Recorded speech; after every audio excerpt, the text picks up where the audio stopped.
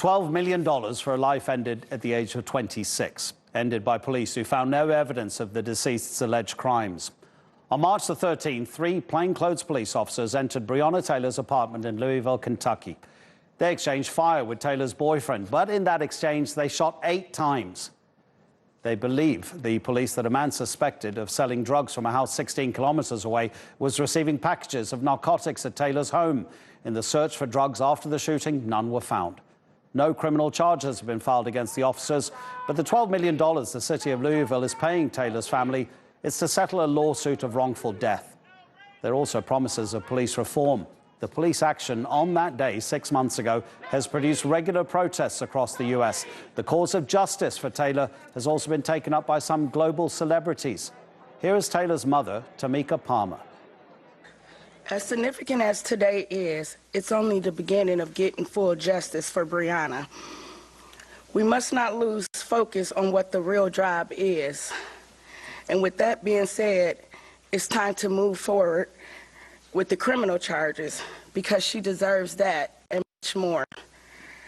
So please continue to say her name, Breonna Taylor. Joseph Haynes Davis runs a law firm in Orlando, Florida, and joins us now. Joseph, thank you so much indeed for your time.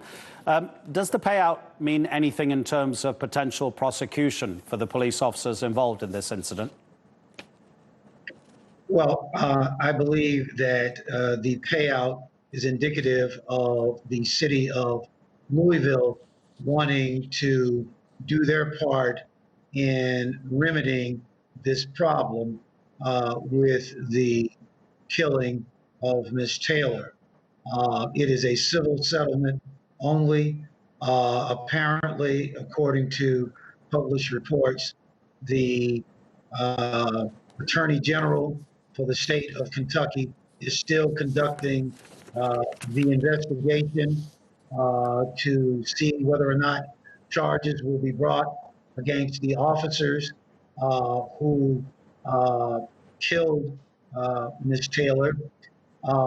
Also, I would submit to you that I would like to see also whether or not the judge who issued the no-knock warrant itself would also be under some type of scrutiny for issuing the no-knock warrant in this instance.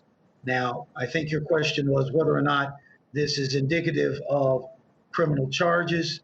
We don't know.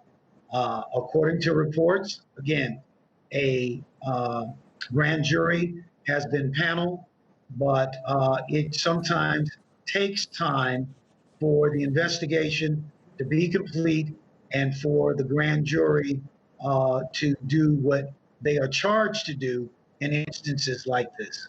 Why are people saying it's going to be quite difficult to charge the officers with homicide? Well, it depends on the statutes that are on the books, as they say, in the state of Kentucky. In order to charge these officers, you have to look to the statutes that are available and see whether or not the facts, as we know them, fit the statute to be able to charge officers. That's why advocates are advocating that policy be instituted, which apparently, according to published reports, the city of Louisville has banned no-knock warrants, that according to reports that I've read. So the other matter, or the other issue, and the other element is whether or not legislative action will happen to put teeth in statutes, which will allow the prosecution of rogue police behavior, which may be the case here. Joseph, if you don't mind, I want to ask you a non-legal but a more personal question. Okay, the whole call to defund the police. President Trump doesn't agree with it, and actually, nor does Joe Biden. If he becomes president, there won't be a campaign to defund the police, but there will be changes made. Louisville has said the changes are coming. Other counties, other cities have said changes are coming in the way police go about their business.